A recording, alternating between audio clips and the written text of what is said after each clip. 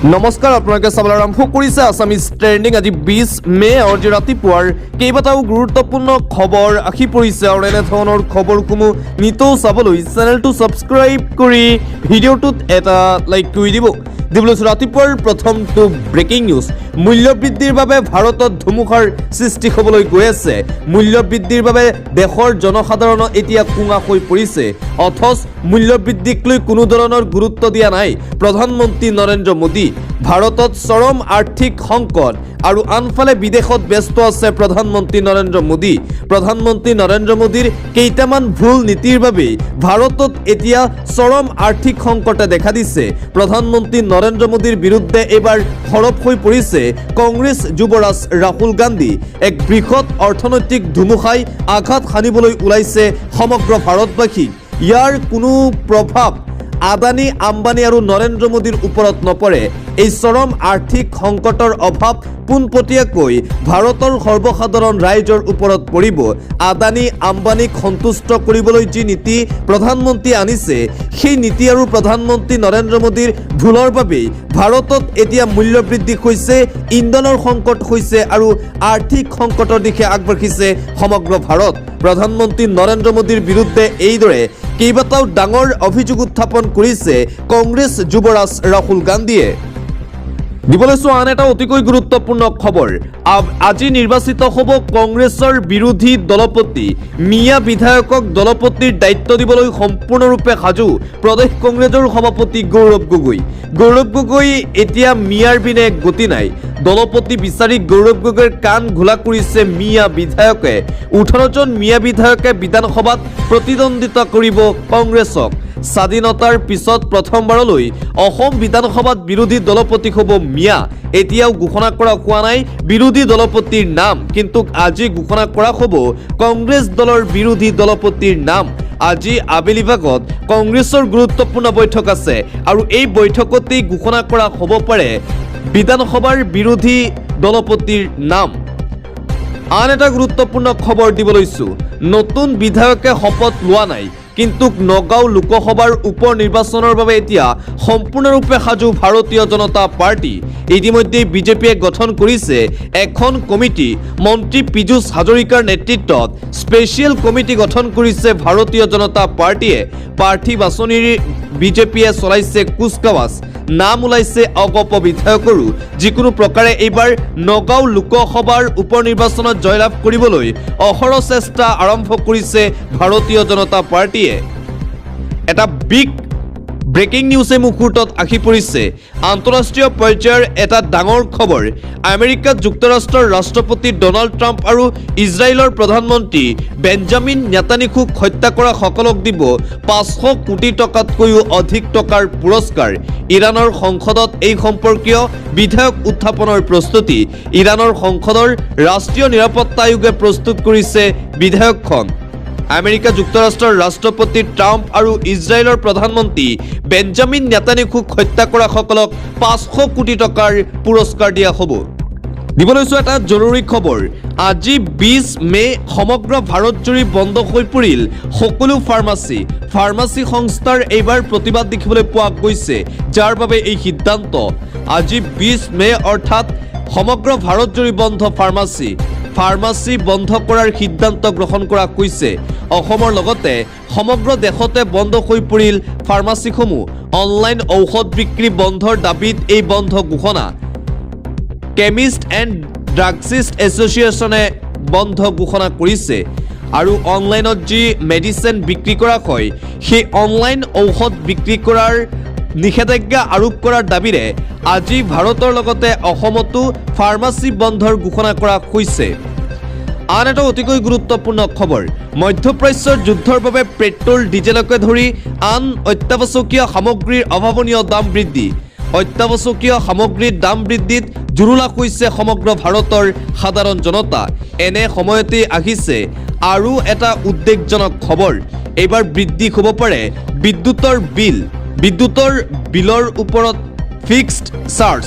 Central electricity অথৰিটিয়ে বিদ্যুৎ কোম্পানীসমূহক দিছে এই বিশেষ প্ৰস্তাৱ। সেই প্ৰস্তাৱ কাৰ্যকৰী হ'লে বৃদ্ধি হ'ব ফিক্সড চাৰ্জ। ফিক্সড চাৰ্জ বৃদ্ধি হোৱাৰ লগে লগে বিদ্যুতৰ মূল্যৰ বৃদ্ধি হ'ব। ইন্ধনৰ সংকটৰ মাজতেই আন এক উদ্বেগজনক খবৰ ৰাখিছে সমগ্ৰ ভাৰতবাসীৰ বাবে। পৰৱৰ্তী খবৰ, ঐতিহাসিক কাৰণত যিখন চৰ-চাপৰিৰ সমাজ গঢ়ি উঠিলে, আজি তথাকথিত মিয়াৰ সমাজ বুলি তেওঁলোকক হীনমন্যতাত ভোগাব খোজাৰ যি প্ৰয়াসৰ বলি হোৱা সেইখন সমাজ, তেওঁলোকৰো নিজস্ব মাতৃভাষা আছে, অথচ তেওঁলোকৰ সকলোৱে দ্বিতীয় ভাষা হিচাপে আৰু বহু ক্ষেত্ৰত প্ৰথম ভাষা হিচাপে অসমীয়া ভাষাক ব্যৱহাৰ কৰে। ফেচবুক লাইভত অসম সাহিত্য সভাৰ প্ৰাক্তন সভাপতি ডক্টৰ ধ্ৰুৱজ্যোতি বৰাৰ এই মন্তব্য শেহতীয়াকৈ মিয়া বিতৰ্ক চলি থকাৰ মাজতেই যোৱা নিশা ফেচবুক লাইভৰ জৰিয়তে অসম সাহিত্য সভাৰ প্ৰাক্তন সভাপতি ডক্টৰ ধ্ৰুৱজ্যোতি বৰাই কৰিছে মিয়া সন্দৰ্ভত এই বিশেষ মন্তব্য। আন এটা গুৰুত্বপূৰ্ণ খবৰ, বিজেপিৰ শাসনতেই ভাৰতত বৃদ্ধি পাইছে ধৰ্মান্তৰকৰণ, যাৰ বাবে এইবাৰ প্ৰতিবাদী কাৰ্যসূচীৰ ঘোষণা কৰা হৈছে। লাখ লাখ জনজাতীয় লোকে কঁপাব ৰাজধানী দিল্লীৰ লালকিল্লা। 24 মে'ত জনজাতীয় সুৰক্ষা মঞ্চৰ চলো দিল্লী কাৰ্যসূচী, দেশৰ 1.5 লক্ষাধিক লোকৰ বিশাল জনজাতীয় গণসমাৱেশ। বিজেপিৰ শাসনতেই ভাৰতত বৃদ্ধি পোৱা ধৰ্মান্তৰকৰণৰ বিৰুদ্ধে এইবাৰ দিল্লী কঁপাবলৈ সাজু জনজাতীয় লোক। আন এটা গুৰুত্বপূৰ্ণ খবৰ, ইন্ধনৰ নাটনি, এতিয়া এদিন অযুগ্ম সংখ্যাৰ বাহন শেষ চলিব ৰাজপথত। ইন্ধনৰ সংকটৰ বাবে এই সিদ্ধান্ত, ইন্ধনৰ নাটনিৰ বাবে চৰকাৰৰ এক ডাঙৰ সিদ্ধান্ত। এদিন যুগ্ম এদিন অযুগ্ম সংখ্যাৰ বাহন শেষ চলাব পাৰিব ৰাজপথত। হাল সলনিকৈ যুগ্ম অযুগ্ম সংখ্যাৰ বাহন চলিব। সোমবাৰৰ পৰাই এই কাৰ্যকৰী হ'ল এই বিশেষ নিৰ্দেশনা। শনিবাৰ আৰু দেওবাৰেহে ৰাজপথত চলাচল কৰিব সকলো বাহন। ছিকিম চৰকাৰৰ পৰিবহণ বিভাগৰ এই বিশেষ নিৰ্দেশ, ইন্ধনৰ নাটনিৰ বাবে এই ডাঙৰ সিদ্ধান্ত গ্ৰহণ কৰা হৈছে। অন্য এটা খবৰ, অসম সাহিত্য সভাৰ সভাপতিৰ আসনৰ পৰা বসন্ত কুমাৰ গোস্বামীক অতি শীঘ্ৰেই বৰ্খাস্ত কৰক। বসন্ত কুমাৰ গোস্বামীক বৰ্খাস্ত কৰাৰ দাবী উত্থাপন কৰা হৈছে। এই অসম সম্পৰ্কে আচলতে তেখেতৰ কোনো ধৰণৰ ধাৰণাই নাই। বড়ো আৰু মিচিংসকলে অসমীয়া ভাষা ক'ব নিবিচাৰে বুলি ক'বলৈ ক'ত অধিকাৰ পালে বসন্ত কুমাৰ গোস্বামীয়ে? মন্তব্য কৃষক মুক্তি সংগ্ৰাম সমিতিৰ মুখ্য সাংগঠনিক সম্পাদক আকাশ দলেৰ। শেহতীয়াকৈ অসম সাহিত্য সভাৰ সভাপতি বসন্ত কুমাৰ গোস্বামীৰ মিয়া সন্দৰ্ভত কৰা মন্তব্যৰ পিছতে বিতৰ্কৰ সূত্ৰপাত হৈছিল, যাৰ বাবে এইদৰে উভতি ধৰিছে এতিয়া আকাশ দলে। এটা জৰুৰী খবৰ, পেঞ্চনৰ কাম খেলিমেলি কৰা চৰকাৰী কৰ্মচাৰীৰ বিপদ নিশ্চিত। এবাৰ সকিয়নি প্ৰদান কৰিছে মুখ্যমন্ত্ৰী শৰ্মাই। এতিয়াৰে পৰা পেঞ্চনৰ বাবে কৰিব নালাগে কোনো ধৰণৰ হাবাথুৰি, সময়মতেই হ'ব লাগিব পেঞ্চনৰ কাম। পেঞ্চনৰ কাম পলম কৰা চৰকাৰী কৰ্মচাৰীৰ বিপদ নিশ্চিত। পেঞ্চন কেছ নিষ্পত্তি নকৰা কৰ্মচাৰীৰ কৰ্তন হ'ব দৰমুখা। ৰাজ্যৰ মুখ্যমন্ত্ৰী হিমন্ত বিশ্ব শৰ্মাৰ ফালৰ পৰা কঠোৰ নিৰ্দেশনা দিয়া হৈছে। নিয়ম নামানিলেই লগে লগেই লোৱা হ'ব কঠোৰ একশ্যন। এটা ব্ৰেকিং নিউজ, ৰাজ্যত হ'ব লোকপিয়ল, ঘৰে ঘৰে যাব চৰকাৰী বিষয়া। ৰাজ্যজুৰি চলিব লোকপিয়ল প্ৰক্ৰিয়া। এটা গুৰুত্বপূৰ্ণ খবৰ, সমগ্ৰ ৰাজ্যত 2 আগষ্ট তাৰিখৰ পৰা আৰম্ভ হ'ব লোকপিয়ল। 17 আগষ্টৰ পৰা ঘৰে ঘৰে যাব গণনাকাৰী বিষয়া। 15 ছেপ্টেম্বৰ পৰ্যন্ত চলিব লোকপিয়ল সমগ্ৰ ৰাজ্যত। লোকপিয়লৰ বাবে ৰাজ্যত নিয়োগ 85,000 গণনাকাৰী বিষয়া। লোকপিয়ল সঞ্চালক বিশ্বজিৎ পেগুৱে আনুষ্ঠানিকভাৱে জনালে এই তথ্য। সমগ্ৰ অসমতেই আৰম্ভ হ'বলৈ গৈ আছে লোকপিয়লৰ তথ্য। এটা উদ্বেগজনক খবৰ, নৰেন্দ্ৰ মোদীৰ শাসনত অৱনমিত সংবাদ মাধ্যমৰ স্বাধীনতা। প্ৰেছ ফ্ৰীডমৰ ক্ষেত্ৰত পাকিস্তান বাংলাদেশতকৈও তলত ভাৰতৰ স্থান। বিগত 12 বছৰত 140ৰ পৰা 157লৈ নামিল ভাৰতৰ প্ৰেছ ফ্ৰীডম ইণ্ডেক্স। তাৰ বিপৰীতে প্ৰেছ ফ্ৰীডম ইণ্ডেক্সৰ শীৰ্ষত ইউৰোপীয় দেশ নৰৱে। নৰৱেৰ সাংবাদিকে বুজালে প্ৰেছ ফ্ৰীডমৰ মহত্ব। আৰু প্ৰেছ ফ্ৰীডমৰ ক্ষেত্ৰত দিনে দিনে অৱনমিত হৈ আছে ভাৰতৰ স্থান। বিজেপি চৰকাৰ যেতিয়াৰে পৰা শাসনত আহিছে তেতিয়াৰে পৰা যে নিৰপেক্ষতা নাই সংবাদ মাধ্যমৰ মাজত, আৰু যাৰ বাবে সমগ্ৰ বিশ্বৰ ভিতৰতেই 157 নম্বৰত আছে ভাৰতৰ সংবাদ প্ৰতিষ্ঠান। প্ৰধানমন্ত্ৰী নৰেন্দ্ৰ মোদী আৰু বিজেপি চৰকাৰে সংবাদ প্ৰতিষ্ঠানৰ সকলো ধৰণৰ স্বাধীনতা শেষ কৰাৰ অভিযোগ উত্থাপন কৰিছে বিৰোধীয়ে। পৰৱৰ্তী খবৰ, এবাৰ বিহাৰ নহয় অসমতেই ভয়ংকৰ ঘটনা, হঠাৎ খহি পৰিল উৰণ সেতুৰ বৃহৎ অংশ। যোৱা নিশাৰ আন্ধাৰত হাহাকাৰ পৰিস্থিতিৰ সৃষ্টি হয়। হঠাৎ খহি পৰিল নিৰ্মীয়মান উৰণ সেতুৰ বৃহৎ অংশ। নিৰ্মাণ কাৰ্য চলি থাকোঁতেই খহি পৰিল উৰণ সেতুৰ বীম।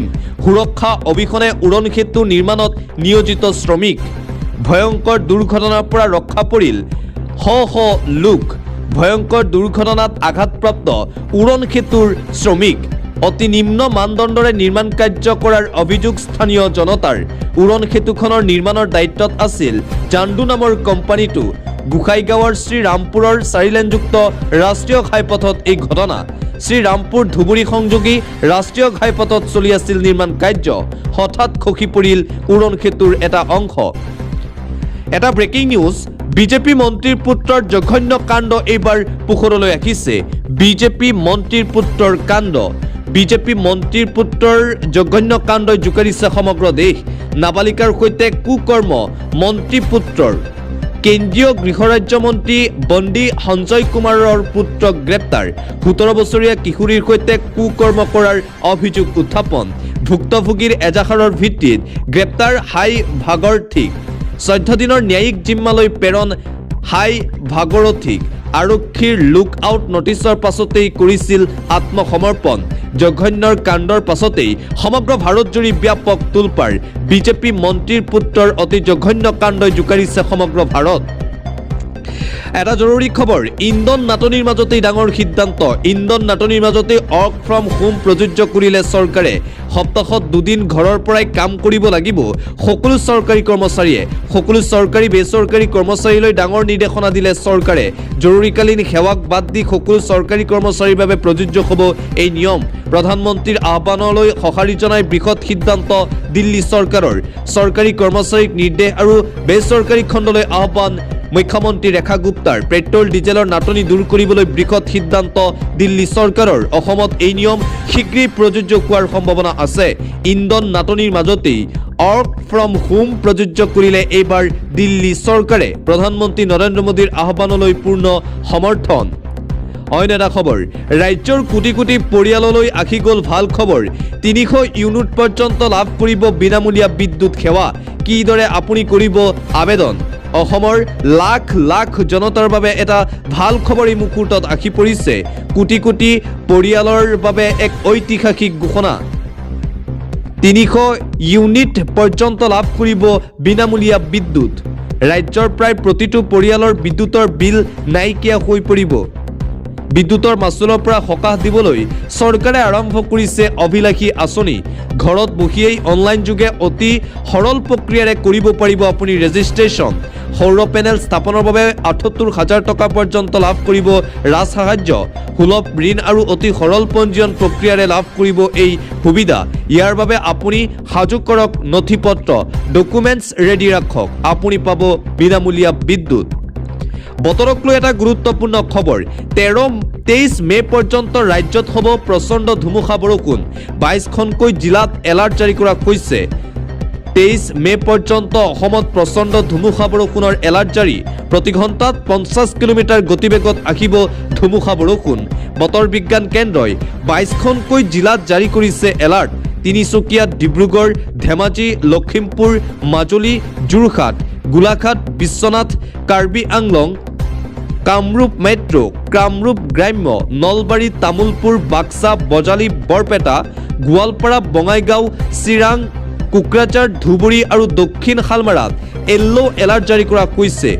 প্ৰয়োজন নহ'লে নিশা নোলাব আপুনি ঘৰৰ পৰা। বতৰ বিজ্ঞান কেন্দ্ৰৰ ফালৰ পৰা এই এলাৰ্ট জাৰি। আন এটা ভাল খবৰ, ৰাজ্যৰ লাখ লাখ দৰিদ্ৰ পৰিয়ালৰ বাবে আহি গ'ল এটা ভাল খবৰ। নতুনকৈ 15 লাখ লোকে লাভ কৰিব চৰকাৰী পকী ঘৰ। চৰকাৰী ঘৰ লাভ কৰিব। চৰকাৰী ঘৰ নোপোৱা প্ৰতিটো দৰিদ্ৰ পৰিয়ালে লাভ কৰিব চৰকাৰী পকী ঘৰ। শীঘ্ৰেই কৰক আবেদন চৰকাৰী পকী ঘৰৰ বাবে। চৰকাৰী ঘৰ লাভৰ বাবে শীঘ্ৰেই আপুনি ডকুমেণ্টছ অৰ্থাৎ নথিপত্ৰ সাজু কৰক। ৰেচন কাৰ্ড, আধাৰ কাৰ্ড, পেন কাৰ্ড থাকিলেই লাভ কৰিব চৰকাৰী পকী ঘৰ। গাঁও আৰু নগৰৰ সকলো দৰিদ্ৰ পৰিয়ালে লাভ কৰিব চৰকাৰী পকী ঘৰ। পৰৱৰ্তী খবৰ, বিজেপিৰ বিৰুদ্ধে তীব্ৰ বিষোদ্গাৰ প্ৰকাশ কৰি অসম জাতীয় পৰিষদত যোগদান কৰি বৰহমপুৰৰ পৰা নিৰ্বাচনত প্ৰতিদ্বন্দ্বিতাত নামিছিল জ্যেষ্ঠ ৰাজনৈতিক নেতা ৰাজেন গোহাঁইয়ে। কিন্তু বিজেপি নেতা জিতু গোস্বামীৰ খাতত বাৰুকৈয়ে মুখ থেকেচা খালে জ্যেষ্ঠ নেতাগৰাকীয়ে। ইয়াৰ পাছত শেহতীয়াকৈ অসম জাতীয় পৰিষদ ত্যাগ কৰিছে ৰাজেন গোহাঁইয়ে। লগে লগে ৰাজনৈতিক মহলত আৰম্ভ হৈছে ভিন্ন চৰ্চা চলিছে যে পুনৰ বিজেপিমুখী হৈ নগাঁও লোকসভাৰ উপ নিৰ্বাচনত প্ৰতিদ্বন্দ্বিতা কৰাৰ মন মেলিছে ৰাজেন গোহাঁইয়ে। কিন্তু বিজেপি শিবিৰত চলিছে কি অংক? বিজেপি শিবিৰত চলিছে বেলেগ অংক।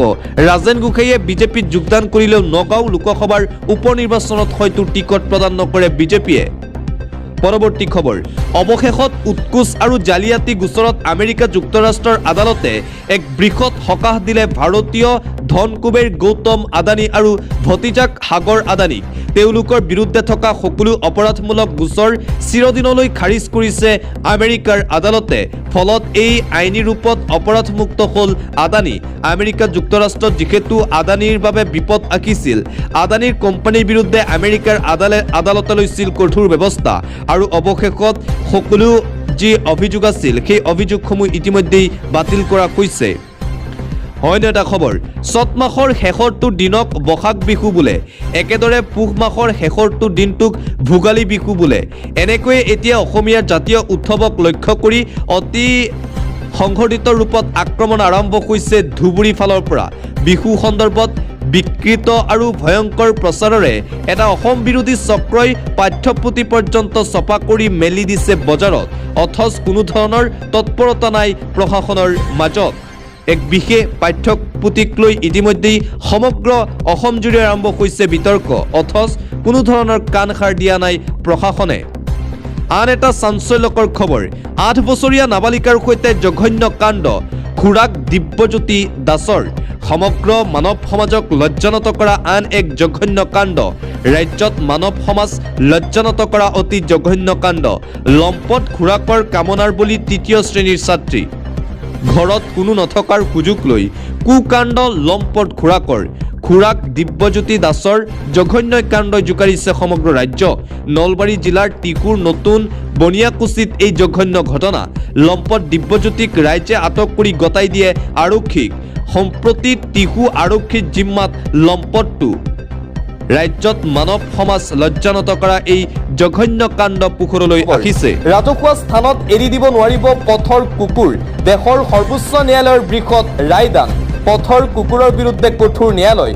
পথৰ কুকুৰক লৈ দেশৰ সৰ্বোচ্চ ন্যায়ালয়ৰ বৃহৎ সিদ্ধান্ত, য'তে ত'তে মেলি দিব নোৱাৰিব পথৰ কুকুৰ। ৰাজহুৱা স্থানত এৰি দিব নোৱাৰিব পথৰ কুকুৰ। পথৰ কুকুৰ সন্দৰ্ভত কঠোৰ স্থিতি উচ্চতম ন্যায়ালয়ৰ। ৰাজহুৱা স্থানৰ পৰা ধৰা কুকুৰ পুনৰ একে ঠাইত এৰি দিব নোৱাৰিব। পূৰ্বৰ নিৰ্দেশ পুনৰ বিবেচনা কৰিবলৈ দাখিল কৰা আবেদন খাৰিজ। ন্যায়াধীশ বিক্ৰম নাথ, সন্দীপ মেহতা আৰু NV আজানৰিয়াৰৰ গুৰুত্বপূৰ্ণ ৰায়। টীকাকৰণ আৰু বন্ধাকৰণৰ পাছতো পুনৰ এই ৰায়। জনসাধাৰণৰ সুৰক্ষা আৰু স্বাস্থ্যৰ অগ্ৰাধিকাৰক লৈ সষ্টম উচ্চতম ন্যায়ালয়। ৰাজহুৱা স্থানসমূহ মানুহৰ সুৰক্ষাৰ বাবে মুক্ত আৰু নিৰাপদ, যাতে কোনো লোকে ৰাজপথত এৰি নিদিয়ে কুকুৰ, অন্যথা ন্যায়ালয়ে ল'ব কঠোৰ ব্যৱস্থা। ভাৰতৰ কোটি কোটি কৃষকৰ বাবে এটা ভাল খবৰ। অৱশেষত আহিল সেই ভাল খবৰটো। জুন মাহত সোমাব কৃষকৰ একাউণ্টত টকা। PM কিষাণ সন্মান নিধিৰ 23 নং কিস্তিৰ ধন মুকলি কৰিব কেন্দ্ৰীয় চৰকাৰে। ইতিমধ্যেই ভাৰতৰ কোটি কোটি কৃষকক দিছে এই ভাল খবৰ। সকলো কৃষকে নিজৰ নিজৰ একাউণ্ট KYC কৰি ৰাখক। KYC কৰিলেই একাউণ্ট এক্টিভ থাকিলেই লাভ কৰিব টকা। কেন্দ্ৰীয় চৰকাৰে প্ৰদান কৰিব ভাৰতৰ কোটি কোটি কৃষকক এই টকা। প্ৰধানমন্ত্ৰী নৰেন্দ্ৰ মোদীয়ে অনলাইন যোগে প্ৰেৰণ কৰিব এই ধনৰাশি। ভাৰতৰ কোটি কোটি কৃষক অপেক্ষাত আছে যে তেওঁলোকৰ PM কিষাণ সন্মান নিধিৰ 23 নং কিস্তিৰ ধন কেতিয়া সোমাব আৰু বহু জল্পনা কল্পনা চলি থকাৰ সময়তে খবৰ আহিল যে জুন মাহত সোমাব PM কিষাণ সন্মান নিধিৰ 23 নং কিস্তিৰ টকা। ভাৰতৰ কোটি কোটি কৃষকৰ একাউণ্টত পোনে পোনে পঠাই দিয়া হ'ব এই টকা কেন্দ্ৰীয় চৰকাৰৰ ফালৰ পৰা। চেণ্টাৰ খ্যাত মছজিদত ধাৰাসাৰ গুলীচালনাত নিহত 3 গৰাকীকৈ লোক, ভয়ংকৰ ঘটনা। হাতত বন্দুক লৈ 2 কিশোৰৰ ধাৰাসাৰ গুলীচালনা মছজিদত গুলীচালনা কৰি নিজকে শেষ কৰে 2 কিশোৰে। USAৰ ইছলামিক চেণ্টাৰ অফ ছান ডিয়াগোৰ মছজিদত গুলীচালনা ঘটনাৰ পাছতেই কেলিফৰ্ণিয়াত আৰম্ভ ঘটনাৰ তদন্ত। 17-19 বছৰীয়া 2 কিশোৰে সংঘটিত কৰে এই ভয়ংকৰ ঘটনা।